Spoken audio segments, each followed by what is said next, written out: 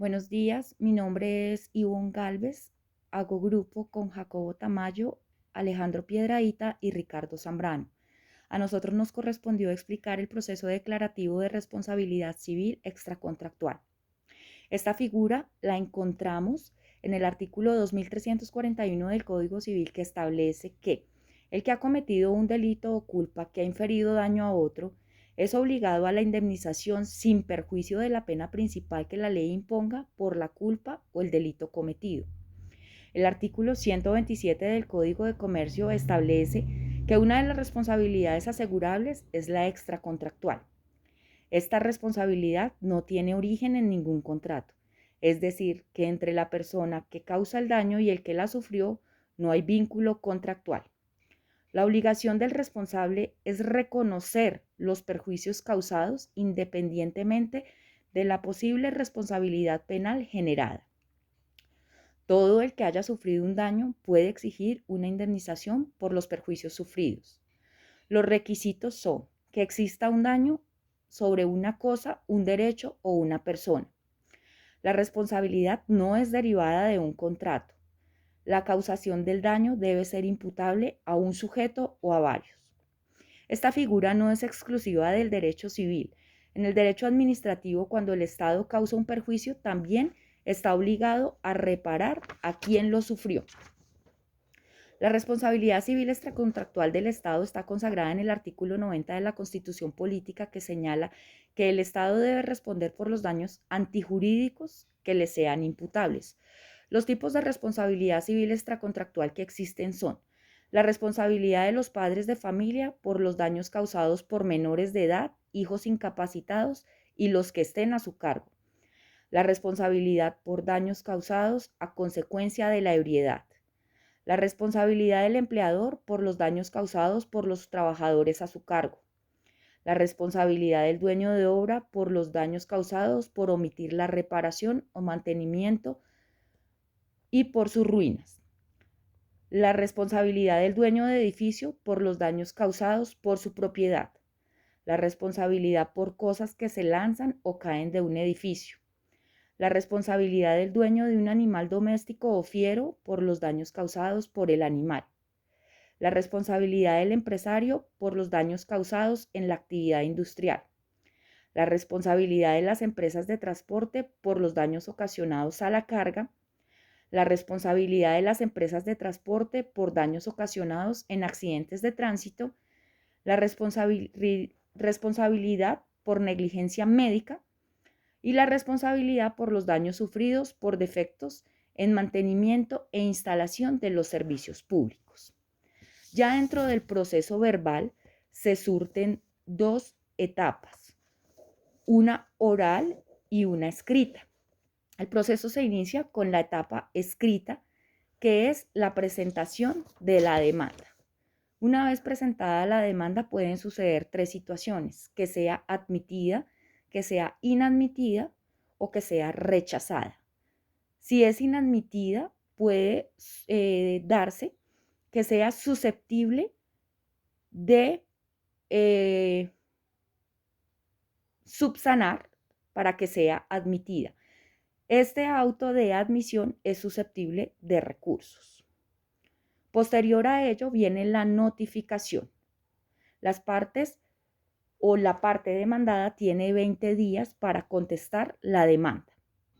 Puede suceder que esta parte opte por guardar silencio, es decir, que no conteste la demanda, por reponer el auto admisorio, para ello tiene 3 días, por allanarse total o parcialmente, o presentar excepciones de mérito o excepciones previas. Puede en esta misma contestación hacer el llamamiento en garantía, que no se trata de un tercero, sino de una propia parte. O puede presentar una demanda de reconvención. La fase oral inicia con la audiencia inicial, la cual ha sido citada y fijada por el juez. En esta audiencia inicial se hace una presentación de las partes y sus apoderados. Si no se presenta ninguno de ellos, el juez puede declarar la terminación del proceso por falta de interés sin perjuicio de que la demanda pueda ser nuevamente instaurada. Si las partes justifican, el juez puede tomar esto en cuenta y citarlos para la siguiente audiencia de instrucción. Ya dentro de la audiencia, el juez inicia resolviendo las excepciones previas propuestas. Posterior a ello viene la etapa conciliatoria. Si se llega a un acuerdo, el proceso termina. Si no se llega a un acuerdo, el juez ordena continuar con el proceso. Se hace control de legalidad. Si las partes no alegan en esta etapa ninguna inconformidad, el proceso se sanea y posterior a ello no pueden presentar inconformidades. En este momento, y si el juez cuenta con la documentación necesaria o con la certeza necesaria para proferir una decisión, puedo hacerla en este momento. De no ser así y de continuarse el proceso, el juez ordena decretar las pruebas para que sean practicadas en la audiencia de instrucción y juzgamiento. Si hay un dictamen judicial que deba hacerse o una inspección, serán decretadas en este momento.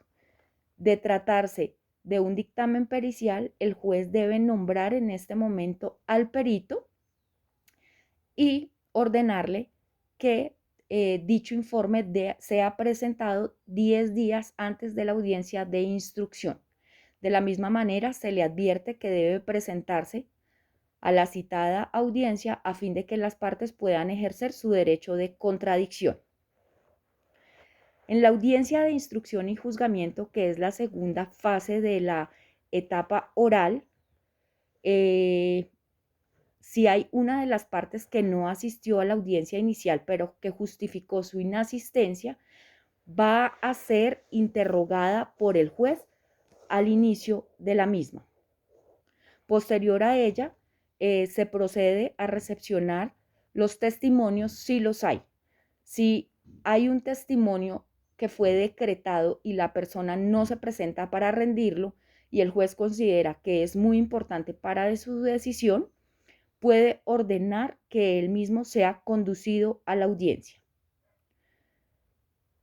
Posterior a esta etapa viene la presentación del informe pericial y es allí donde las partes van a ejercer su derecho de contradicción contra el informe presentado.